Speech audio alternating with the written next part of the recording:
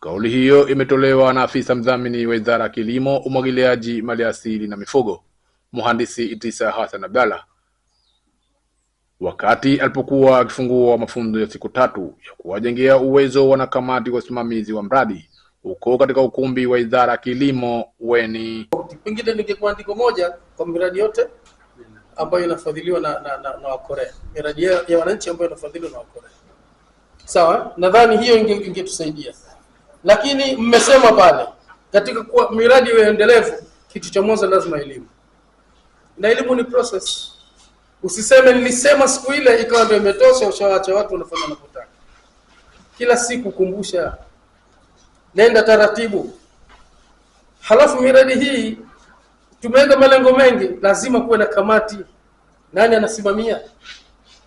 Nani ana role ipi katika jambo lipi? Kuna kamati za fedha lazima ziwemo katika nani. Kuna kamati za usafi na uendeshaji na matengenezo lazima ziwemo katika kila jamii. Na yupi anajua mipaka yake ya kazi yake ni ipi? Kwa hiyo jambo hili liwe endelevu, kwanza elimu, pili kuwe na kanuni, 3 lazima kuwe na sharing. Lazima kuwe na kutoa fedha kidogo. Sheikh alisema kule kwamba mradi hasa utakuwa ni huu ambao yule wa choo atakisafisha nani? Atakisafisha vipi? Lini?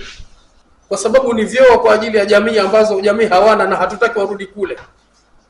Basi tungeweka utaratibu, kila nyumba kwa kila siku itoe 200 tu.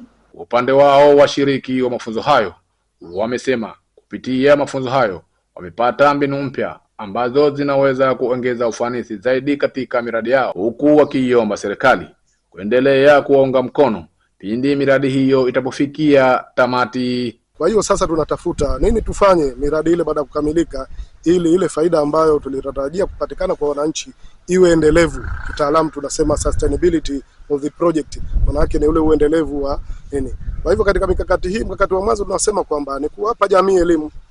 Jamii inatakiwa ifahamu kwamba miradi hii ni miradi ya wafadhili wetu hapo kwa muda wa miaka 5 tu, lakini inawezekana kwenye miaka hii tukafanikiwa kukamilisha baadhi, lakini inawezekana baadhi ya vipengele kutokana na fedha anazotuingizia wadhamini wetu isifanikiwe kukamilisha azma yetu.